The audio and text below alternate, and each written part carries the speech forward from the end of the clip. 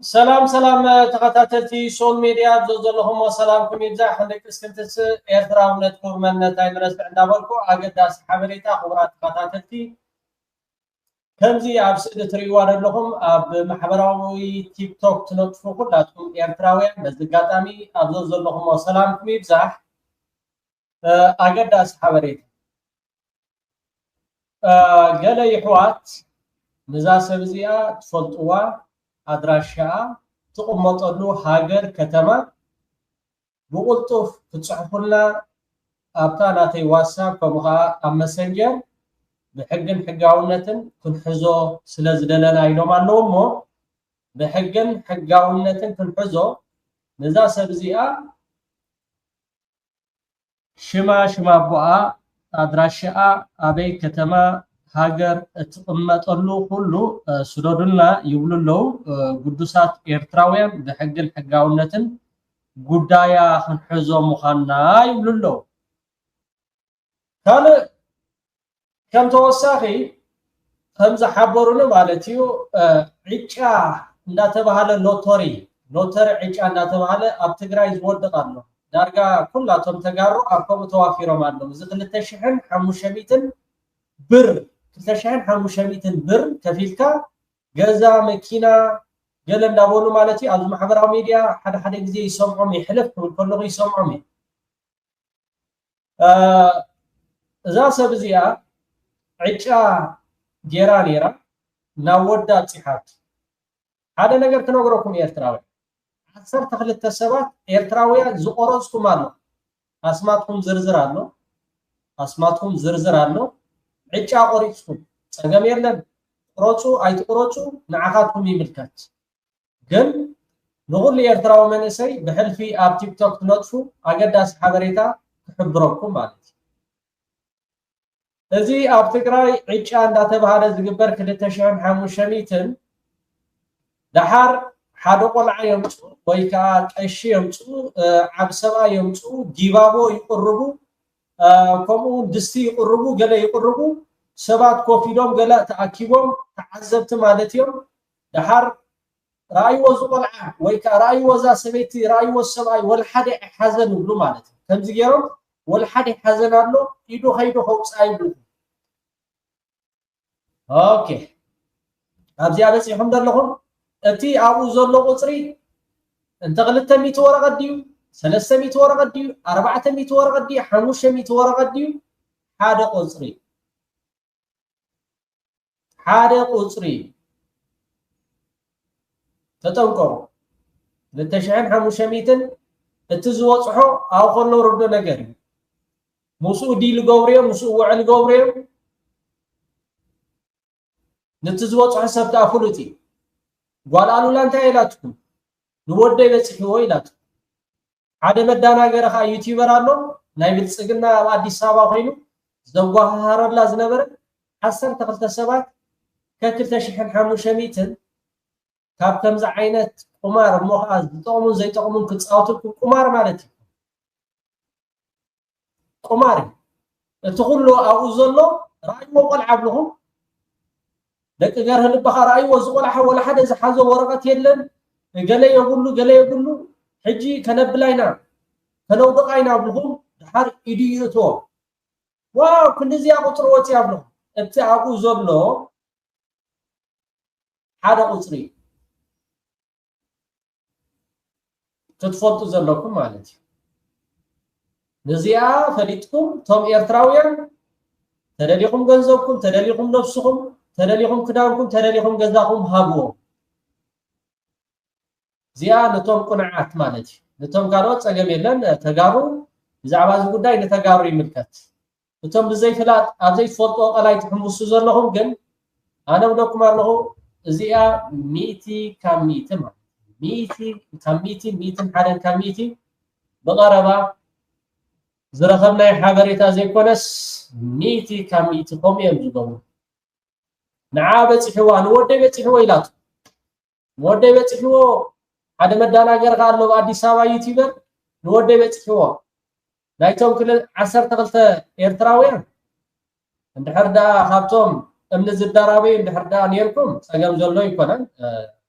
يا نحواتكم إنهم يفهمون تجمزر له يكونن إيرتراويان اللي حرداهمكم كن كم بعد زيادة مغا كم بعد زيادة قدام ما ينقدر كلاسكم ما يتفضل اليوم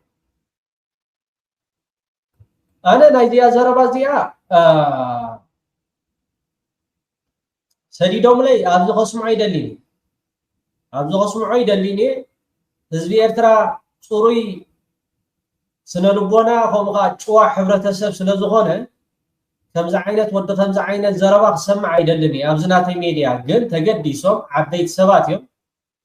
لعلم ديكونس بسنلبونا عبيت سبات ننسيات نايزا سبزيا حدراها أدراشيا بوتات أمطلو بحقن حقاونت بحقن حقاونت هو عندما ينقر حزب خموري حزب تقرأ خموري حزب السودان خموري حزب إيرترا خموري لأن حدكم حامد تماسون سأقام زلو كلكم كلكم أبشيك عند حرداوديكا كل جزية تشيكاها بس بعد زياتهم كوفيلكم كتعللوا خم بعد زياتن كتصاوتالكم كم بعد زياتن كتمالالوا خم بعد زياتن كتزاربوا بتعميكم تدونغتوا بتعمي تتزاربوا زنبر انا نايت عنا زلو سم كمان اي مالت ندعي وا كمي غيركها نهزب تግራይ منسي تግራይ حجي بمزحي يسددال ناب سعود عرب مسكينا يدونغصوها بيمن غيروم يخدو ناف سعودو خدو غوبوتات አለው ቡ ተሰሪዕም ገለትሪ የደምጹሃ ተብደኻ ወልዕ ስለምንታይ ስደት አይመክህኒ እዚ ወሪድ ወደለኻ ህዝብ ትግራይ በቃ አምላኽ ይርዳዩ መሳኪን አሽቱ ቆልዑት አባሕሪ ከምኻ ብፈقዱ የመን ገለ ሞኻ ስዑድ ዓረብ አትየምካ بتعمي لمن كم تصرف زلاونا يتفلدني مالت حزب تግራይ حجي وريد ودلو مكران ادرعن حجي كون تسديدو قدمي تسديدو ኤርትራውያን ስደዱ ከሎ ሪዝን የሮ ምክንያት የሮ ኤርትራውያን ስደዱ ከሎ ሪዝን ምክንያት የሮ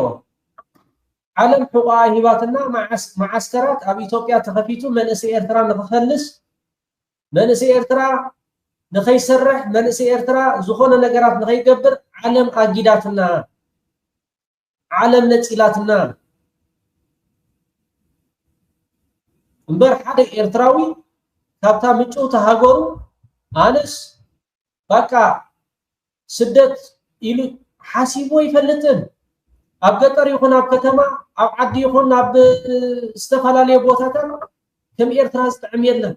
ዋላ ተጋሩ ከመን ሓደ ኣብ ኤርትራ ዝዓበዩ ምስክርነት ህቡ እዮም ኤርትራ ማለት ምድረገነት ማለት ምድረገነት ክብል ከለኹ ዋንሰይት ብሰላም ወፊራ ብሰላም ተኣቱ ዓብ ሰብኣይ እውር ክትሓፅቦ ኢኻ ትቀዳደም ዓባይ ሰበይቲ እግራ ክትሓፅቦ ኢኻ ትቀዳደም ካባኻ ዝዓቢ ተሲኢኻ ኢኻ ተብሎ ገንዘብ ናይ ቤተ ክርስቲያን ናብ ደገ ይዝሓድር ስለዚ ኣነ ፕሊዝ ህዝቢ ትግራይ ክቡር እዩ ህዝቢ ኤርትራ ክቡር እዩ ነንሕድኩም ኣነ እዚ ናይ ቲክቶክ ኤርትራውያን ኣሕዋት መንእሰያት ኣብ ከምዚ ግዜኹም ተጥፍኡ ዘለኹም ፅባሕ ንጎ ግዜ ፈዳይሕነ እዩ ፅባሕ ንጎ ኣብ ዘይትወፅኦ ጣዕሳ ካብ ቲክቶክ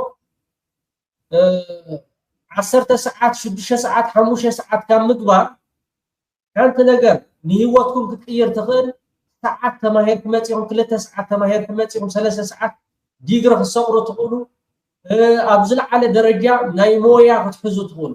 ሰዓል ዝያተን ውዒልካ ግን ከምቲ ዝነገርኩኹም ሎተር እንዳበሉ ክፃወትልኩም ውዕሉ ኣብኡ ከዓ ኣተኣዛዛስ ከምዚ በልዮ ኣበሉ ስለዚ ብዙሓት ለባማት ተጋሩ በዚ ጋጣሚ ብልቢ ከመስግነኩም ይደሊ ናቶም ዘረባ ከስማዕ ለባማት ተጋሩ ወፂኦም ዓገብ ኢሎም እቶም ንከምዚ ዓይነት እንዳተዛረበት ማንም ሰብ ንሕብረተሰብ እንዳተፃረፈ ኣይተተባብዕዎ ኤርትራዊ ኮይኑ ንትግራይ ዘብል ኣይተተባብዕዎ ስለዚ ሰላም ደቂ ዓደይ ከመይ ኣለኹም ኣነ ሰላም እግዚአብሔር ይመስገን እዛ ቪድዮ ዝሰርሓ ዘለኹ ስደተኛ ተረፍዓሳ ሰላም ደቂ ዓደይ ከመይ ኣለኹም ኣነ ሰላም እግዚአብሔር ይመስገን እዛ ቪድዮ ዝሰርሓ ዘለኹ ንጓል ኣሉላ ዘይኮን ክሲ ነቶም ደድሕሪ ጓል ኣሉላ ተኸዱ ተጋሩ ይሕዋት ኣዘውዕሉ ጓል ኣሉላ ተዛረበቶ ዘረባ ኩላትና ኣነዋሪን ኣጽያፊ ሕማቅ ጋዕጋዕ ዘረባ ምዃኑ ኩላትና ንፈልጥ ኣብ ክንዲ ተጋጊኸ መባል ድማኒ ጽቡቕ ኣላ ደድሕሪያ ንምንታይ ትንክፍዋ ንምንታይ ከም ዝተብልዋ ትብሉ ዘለኹም ተጋሩ ግን ሕጂ ሓዝኒ ሓደ ዳርጋ ኣብቲ እቶም ተረፍ ባሕሪ ትብልዎም ዘለኹም ሰባት 20 ገለመለን ፐርሰንት ኣብቲ ሽዑ ግዜ ዝነበሩ ንሕና ተጋሩ ይሕዋት ኣብቲ ግዜ ማሕረርቲ ዝነበርና ንሕና ኢና ኣብ ሊብያ ተጋሩ ይሕዋት ካልኣይ ኣብዚ ሕጂ ሰዓት 99% ኣብ ሊብያ ዝሳቐ ዝሕረድ ዝፅፋዕ ዝግፈፍ ዝእሰር ዝጭወ ዘሎ ኩሉ መን ትግራዋይ ኣብዚ ሕጂ ሰዓት ዝጠፍእ ዘሎ ስቲል ሕጂ ኣብ ሰሃራ ኣብ ባሕሪ ዝጠፍእ ዘሎ ሕጂ መን ትግራዋይ ምክንያቱ ሃገር ብገዛእ ሃገሩ ሲኦል ኮይናቶ ሲ ዝበርር ዘሎ ዓይነ ብለይ ሲንብለይ ንሊብያ ዝኣቱ ዘሎ ትግራዋይ ኣይወዳኹኒ ኣብ ሊብያ ኣባኒ ኣብ የመን እዚ ኩሉ መንእሰይ ዝጠፍእ ዘሎ ዳርጋ 85-90% ይኸውን ንሕና ተጋሩ ኢና ንጠፍእ ዘለና ኣይወዳኹኒ ኣብ ራጎ ሓንቲ እምኒ ደብሪኻ ኣብ ሓደ ሰብ ኣይኮነትን ኣብ 3 ኣብ 4 ሰብ ክትዓልብ ትኽእልያ ከም ጣፍ ተጨኽጭኹ ዘሎ ህዝብና መንእሰይና ደቅና ይሕዋትና ኩሎም ኣብ ራጎ ዘለዉ መን እዮም ተጋሩ እዮም ስለዚ እቲ ብድዐ እቲ ትዕቢት እቲ ጉራት ጃህራት ፈኻራት ገለመለ ብምሉእ ንግደፍ ንሕና ሕጂ ከም ህዝቢ ኣብ ጥሜት ኣብ መከራ ኣብ ስደት ኣብ ሻቁሎት ምንም በቃ ብርሃን ጭራን ናይ ተስፋ ዘየብልና ህዝቢ ኮይና ዘለና ንሕና ኢና ሕጂ ካብ ትዕቢትን ጉራን ወፂናሲ ንህዝብና ድምፂ ንኹን ንሕዋትና ኣብ ጎኖም ንኹን ስቲል ሕጂ ኮኒ ኣብ ሓንቲ ገዛ 20-30 ንስውን ተረኺቦም ኣብ ሊብያ ብሰንኪ ግፋ ብሰንኪ ጥሜት ብሰንኪ መዓት መከራ ዘሎ ኣብዚ ሰዓት እዚኣ ኣብ ሊብያ ዘሎ ትግራዋይ ስለዚ ካብ ግፍዒን ውፃእ ካብ ጉራን ውፃእ ካብ ጃህራን ውፃእ ተሓቀኛ ማንነትና ኣብ መከራን ሽግርን ዘለና ንሕና ኢና ድምፂ ይሕዋትና ንኹን ተረፍ ዓሳ ተረፍ ገለመለ ተረፍ ዓሳ ኮይናሲ ወፂናስ ኣብዚ ለና ባሕጂ ምክንያቱ ኣነ ናቶም ኣካል ኣነ ትኩሉ ሰግሮ ቶም ኤርትራውያን ትብልየ ዘለኺ ኩሉ መከራ ሓሊፈ ካብቶም ዝሕረሩ ዝነበሩ ሰባት ኣብ ሊብያ ነይረ ኣብ ሊብያ መከራ ርየ ባሕሪ ምስኦም ይመፅእ ኣነ እውን ካብኦም እቶም ሕጂ ኣብ ኤውሮፓ ኮይኖም ደድሕሪኽ ዝኸሉ ዘለዉ ሲ ናቶም ኣካል ስደት ንኤርትራውያን ጥራይ ተወዚዑ ዝተዋሃበ መከራ ይኮን ተረዲኸኒ ኣብ ዓዶም ሰላም ኣይነበረን መከራ ነይርዎም ተሰዲዶም ግናው እቲ ኣብ ኤርትራ ዝነበረ ከዓኒ ኣብ ትግራይ ኣሎ ትጓሓፍካ ኣሎ ሕጂ ኣዳመይ ሊብያ ተኣትሎ ትምጥሓል ትምማት ትንእሳር ትጥሜት ትመከራ ትምስደድ ኣባና ኣሎ ኣይንጃሃርና ኩሉ ትመከራ ዝነየና ሕጂ ብጣዕሚ ክብረት ሃብካ ክቡር ሓው እሱይ ተሓቂ ብስደት ኣይትምካሕ ኒኻ ብስደት ፈትዩ ካብ ዓዱ ዝስደድ የለን ፈትዩ ካብ ዓዱ ዝስደድ የለን ትግራዋይ ይኹን ኤርትራዊ ይኹን ኣሜሪካዊ ይኹን ካናዳዊ ይኹን ጃፓናዊ ይኹን ኣብዚ ዓለም ይትረፍ ካብ ሃገርካ ካብ ዓድኻ ካብ ከተማኻ ካብታ ገዛኻ ከማን ኣርሒካ እንድሕርዳ ኸይድካ ጥዑም ኣይኮነ ኣይመክሕኒ ስለዚ ንኸምዚ ከዓ ክትኩንንዎ ጥራሕ ይደለኩም سرق اللي عايزه للتناوز ميديا بولكع تمزا سبزيا بولكع عندي امسي نحنا خم تقارو بتعمي اذا سبزيا مچم اتي صرفي ዝተጻረፈቶ ጸርፍታት እምበርከ ሶሪ ትናታ አካውንት ተዓጺ ገለት ብሎ ነርኩም ኣብዚ ኣነ ይፈልጦ ናይ ቲክቶክ ስለ ዘይጥቀመሉ እቶም ይሕዋት አጋጣሚ ግን ፕሊስ በጃኻ ነዚኣ ብሕጊ ንደል ያለና ስለ ዝበሉኒ ኣብዝናትካ ሓበሬታ ሓብር ንህዝብ እሞ ካብ ህዝቢ ዝሕባእ ነገር የለን ህዝቢ ሓበሬታ ምስ ሃበኻ ኩሉ እቲ ሕጋዊ ስጉምቲ ኣነ ሰሚዐ ብጣዕሚ ኻ ነፍስኻ ደስተሓካ ማን ዓገብ ክንብል ዝግባአና ነዛ ጓል እዚኣ ብኣኸ ንዋርድ ኣለና ብኣኸ ህዝብና ጀጋና ይፅረፉ ኣለዎ ኢልና ዓገብ ክንብላ ዝኽእል እልፊ ሸራሙጥ ደናቁር ኣብ ዓዲ ዓረብ ፀልመታ ሩዝ ካብ ዓንቀረ በሊዕ እንደ ድሕሪአን ዘራ ሸራሙጥ ኣለዋ ንሰኒ እምበር ልቢ ዘለዎ ስማርት ትግራዋይ ዓኽን ትፊድዋ እዩ ነዛ ረስዓ እዚኣ ተርዲካ ፊላ ሓወይ እንታይ ገልኩም ያ ምሳብ ዝበለቶ ደስ ክብላ ንብርጌን ሓመድ ትፃረፍ ደስ ክብላ ንሙሉእ ኤርትራዊ ትፃረፍ ደስ ክብላ ይቅርታ ተሓትት ሓደ እንታይ ለሙሲኩም ንስኻትኩም ትገብሮ ዝግባአኩም ትፒያንስ ሓደ መዓልቲ ዋላ ኣብዚ ገዛኻ መፅኢት ዛሪበ እየ ከምይ ትገብሩ ኣይ እዚኣ ድራማ እያ ትፃወት ኩሉ መዓልቲ ሓንሳብ ትበኪ ሓንሳብ ተብል ድሙ ዋዓት ትፅብቕ ካብ ጓር ኣላ ኣብዚ መፅን እልፊ ረስዓት ደጋላት እዋ እቶ ጌጋ ናይቶም ኤርትራውያን ናተና ይኮነን ከዓ ነብከኸመ ዝብል መዚኣተንስ ከመይ ጌርካ ኻ ይህን ሚህን ኢልካ ኮፊካ ትዕልል ዋላ ኣነ እቲ ዘረባን ገለን ኩሉ ነገራት ሪኢኹምስ ስባሕ ንጎ በቃ እዚ ኩሉ ገለይላስ በቃ ኤርትራውያን ህዋተይ ገለገለይላ ኻ ትመጻኩም ያ ገንዘብኩም ወሲደ ገለይላ ኻ ተብል ነይራ ኣብቲ ዘረባ ማለት እንታይ ከም ትኾን ደሎ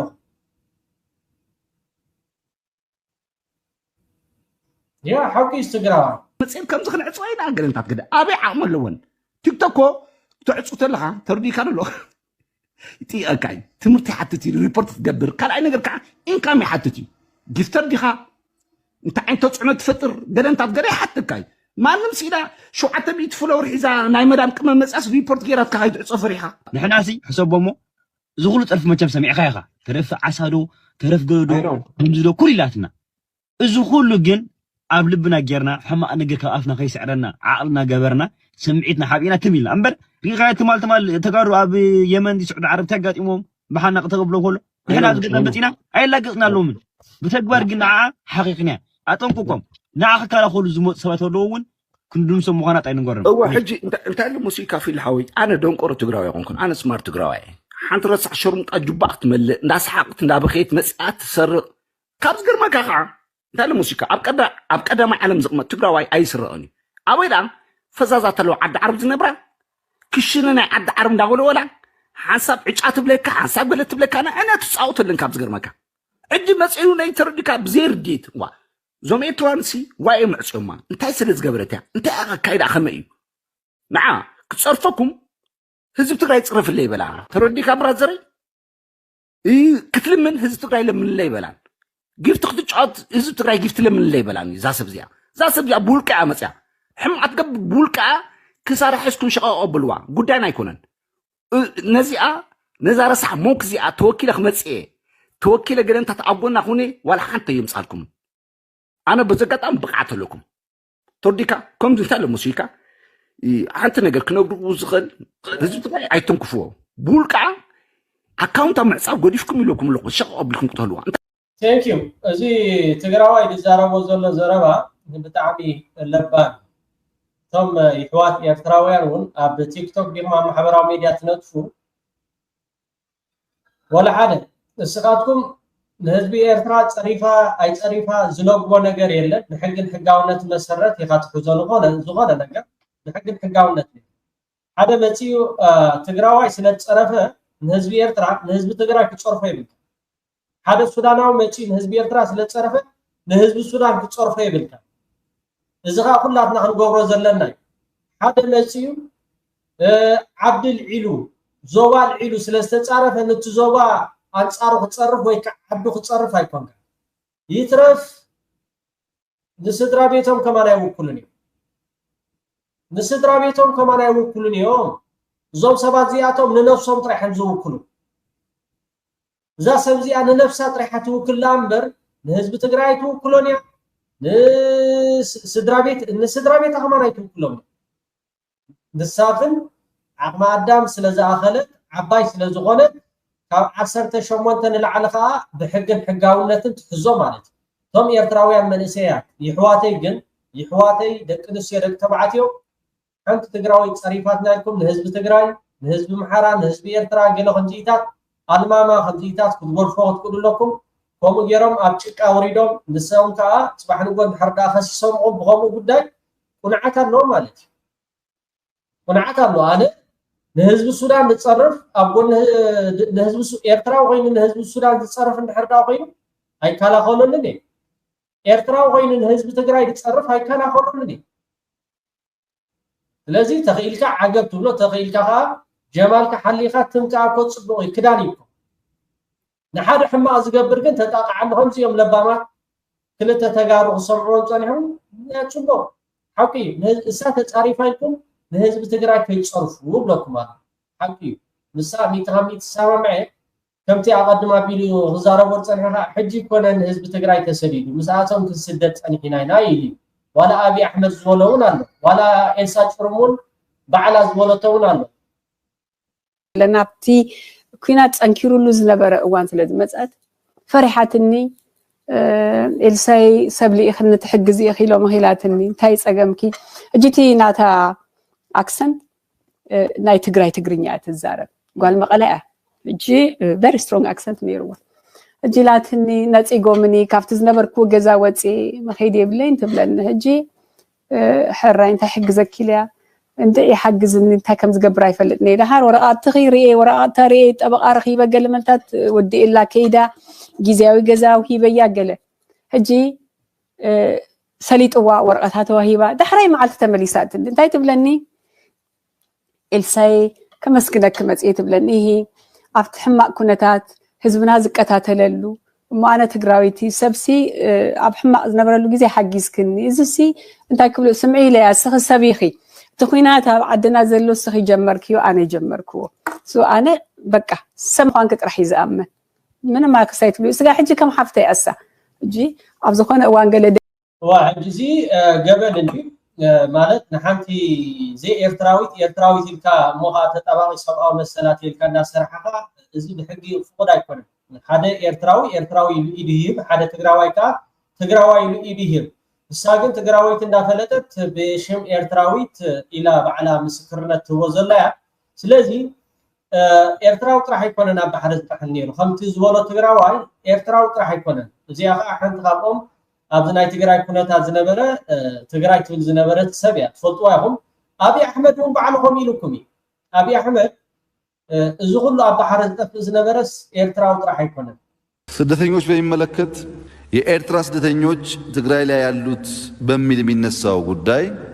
ትግራይ ውስጥ 4 ካምፕ ነው ያለው። ሁለቱ ካምፖች በኢትዮጵያና በኤርትራ ድንበር በ20 ኪሎ ሜትር ዲፍረንስ ውስጥ ያሉ ከዓለም የስደተኞች ተቋም ህግጋት ውጪ የተሰራ ካምፕ ነው። ካምፕ መሰራት ያለበት ቢያንስ ከ50 ኪሎ ሜትር ርቆ ነው። እኛ የዛሬ ዓመት ገደማ ምንም ጦርነት ሳይፈጠር ለዩኤንኤችሲአር ይሄ ካምፕ ይነሳና ወደዚህ ሞር ሴፍ ወደሆነ አካባቢ ይምጣል። ምክንያቱ ሁለት ነበር። አንደኛ እዛ ካምፕ ውስጥ የኤርትራ ተቃዋሚ እየተባለ ሚሰራ ስራ ስላለ የኤርትራ መንግስት ደግሞ ኢትዮጵያ እኛ ተቃዋሚ በሙሉ መልሰን ስናበቃ እናንተ ታደራጃላችሁ የሚል ጥያቄ ስላላቸው እኛ እናረግም ጁንታው ነው የሚያደርገው ለቁጥጥር ስላልተመቸን ካምፑ ይነሳል። ሁለተኛ በኤርትራ ስደተኞች ስም ቋንቋውም ባህሉም አንድ ስለሆነ በጣም በርካታ የትግራይ ወጣቶች ወደ ውጭ ሀገር እንዲሄዱ እንደ ስደተኛ ይደረጋል። ኤርትራዊ ነው እየተባለ ማለት ነው። ይሄም ለቁጥጥር ስለማይመች ይጠጋ ብለን ዩኤንኤችሲአር በእነዚህ ሰዎች ግፊት ምክንያት ሊያሳካው አልቻለም። ስለዚህ ክቡራት ተከታተልቲ ሶል ሚዲያ ህዝቢ አይጽረፍኒ ከምኡውን ሃይማኖት ከምኡውን እኩብ ሕብረተሰብ አልዒልካ ገበን ስለዝኾነ ካብ ከምዚ ዓይነት ክትንቀቁ በዚ ጋጣሚ ፃውዒትና ነቐርብ ንኹላትኩም ማለት እዩ። ክቡራት ተከታተልቲ ኩሉ ግዜ ከዓ ሕግን ሕጋውነትን ክንክተል ክንክእል ኣለና። ሕግን ሕጋውነትን ክንክእል ኣለና። ስኢልካ ፔቲሽን ሙሉእ ገለገለ ዝበሃል ነገራት የለን እሞ بخمزن ود خمزن كا كلاتنا نحما زقبر كمزوم لبامات تجارو وسيم عقب كل ود صنعو صبغي تطلع ነገር አይኮነን ከመኻ ኸውን ትኸላል አትናቶም ደረጃ ትወረዱ ጥራሕለኩም ዛናይ ሎቶሮ ዝበሃል ሎ ትግራይ ግን ተጠምቀው ቶም ኤርትራውያን ቶም ተጋሩ ዝምልከተና ጉዳይ አይኮነን ድልያቶም ይጎሩ እንዳፈለጠ ትግራዋይ ሎቶሪ አውደቀና ገለ እንደህርዳይ ለምሆን ግን አውቆለኩም ደሓን እንኩመ ገንዘብ ይኩን ጥራሓብዎ ኦኬ ከምዝ በጽሐናይ ወይ ካገለ ኸብለናይ ወይ ካገለ ዝበሃል ነገር የለም أقدم مستودي أو دلو قصري كله حدا قصري ميتي نبركم مالتي أوكي نساتهم دك شغل بعلا تشوكان حنينا مالتي نساتهم منيم دك شغل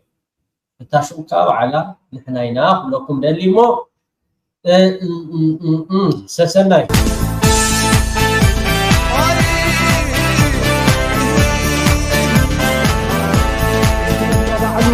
بجد قلتم زوجي دفين زركت جل እግዚአብሔር ካ ባሪኩል ሁሉ ለዛ ዘውጅ ዚአ ሲንኪያ ወይ